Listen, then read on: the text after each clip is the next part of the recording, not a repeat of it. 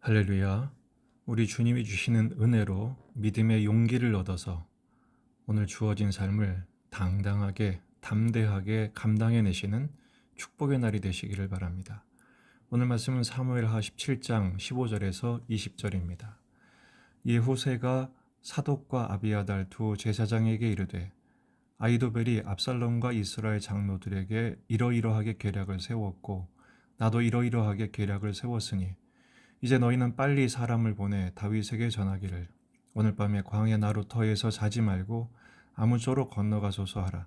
혹시 왕과 그를 따르는 모든 백성이 몰사할까 하노라 하니라.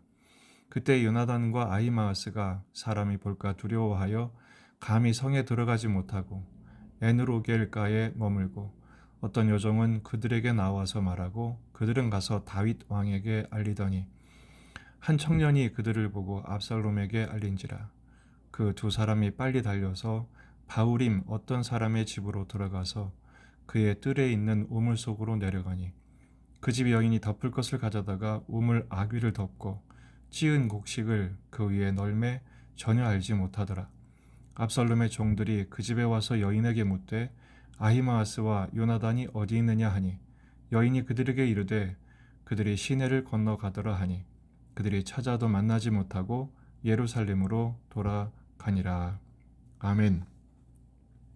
본문에 계시된 주님은 어떤 분이신가? 하나님 나라를 위한 믿음의 용기를 보이기를 원하십니다. 오늘 말씀 마치 첩보작전 같은 스토리가 이어집니다.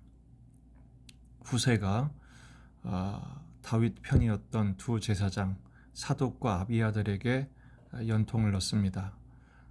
아히도벨의 계략이 이렇고 나의 계략이 이런데 아히도벨의 계략이 지금 꺾였지만 혹시 모르니까 밤에 야영하지 말고 빨리 건너가라.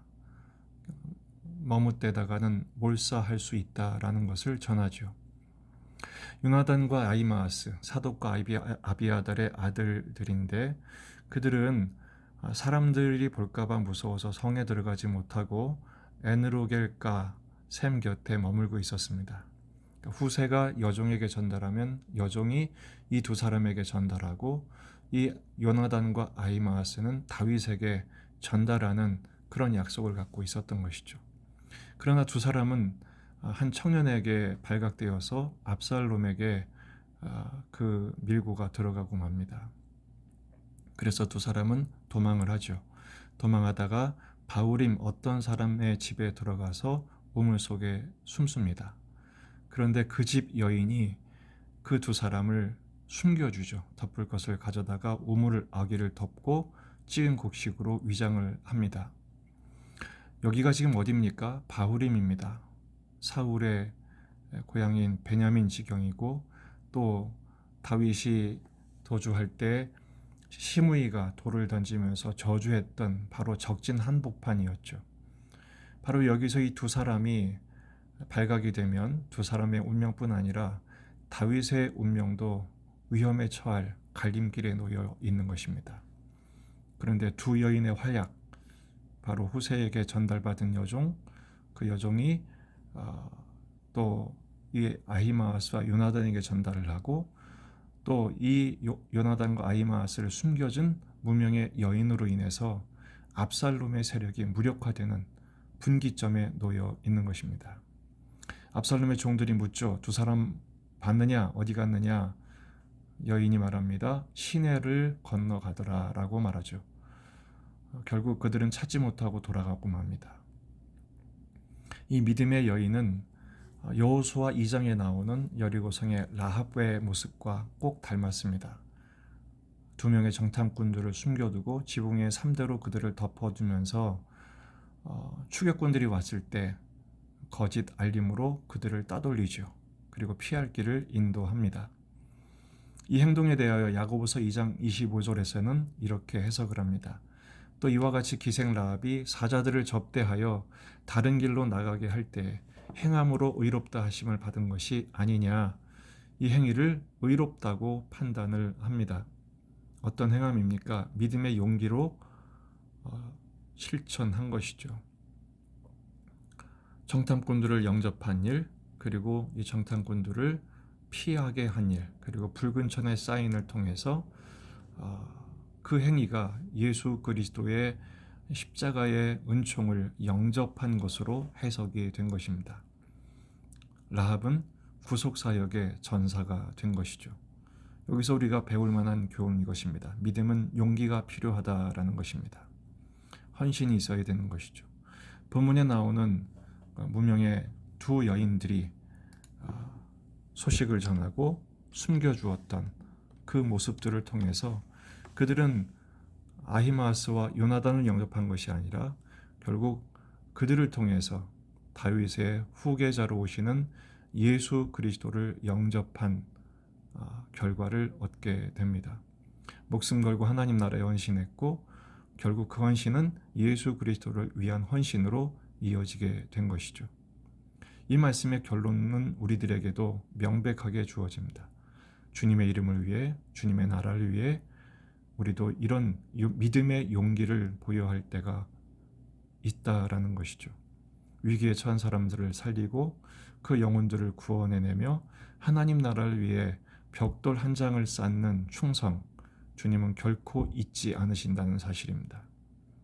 어떤 사람들은 자기의 의를 드러내기 위해서 사사건건 트집을 잡고 문제를 제기하고 방해를 하는 사람이 있는가 하면 어떤 사람들은 어떻게 해서든지 힘이 되고 도움이 되기 위해서 애를 쓰는 모습을 보이기도 합니다.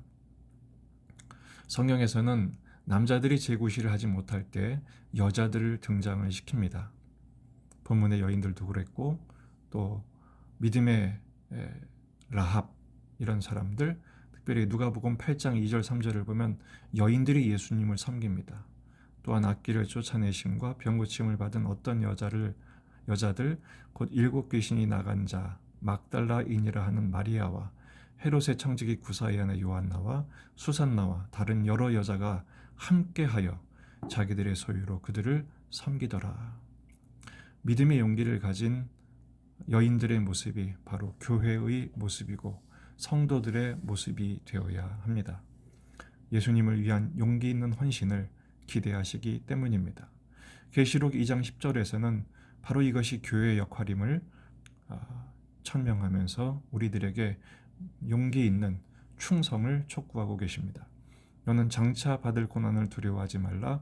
볼지어다 마귀가 장차 너희 가운데에서 몇 사람을 옥에 던져 시험을 받게 하리니 너희가 10일 동안 환난을 받으리라. 내가 죽도록 충성하라. 그리하면 내가 생명의 관을 내게 주리라. 위기의 때 오히려 충성할 때 하나님은 잊지 않으시고 생명의 관을, 명예와 영광을 주시겠다고 약속하고 계십니다.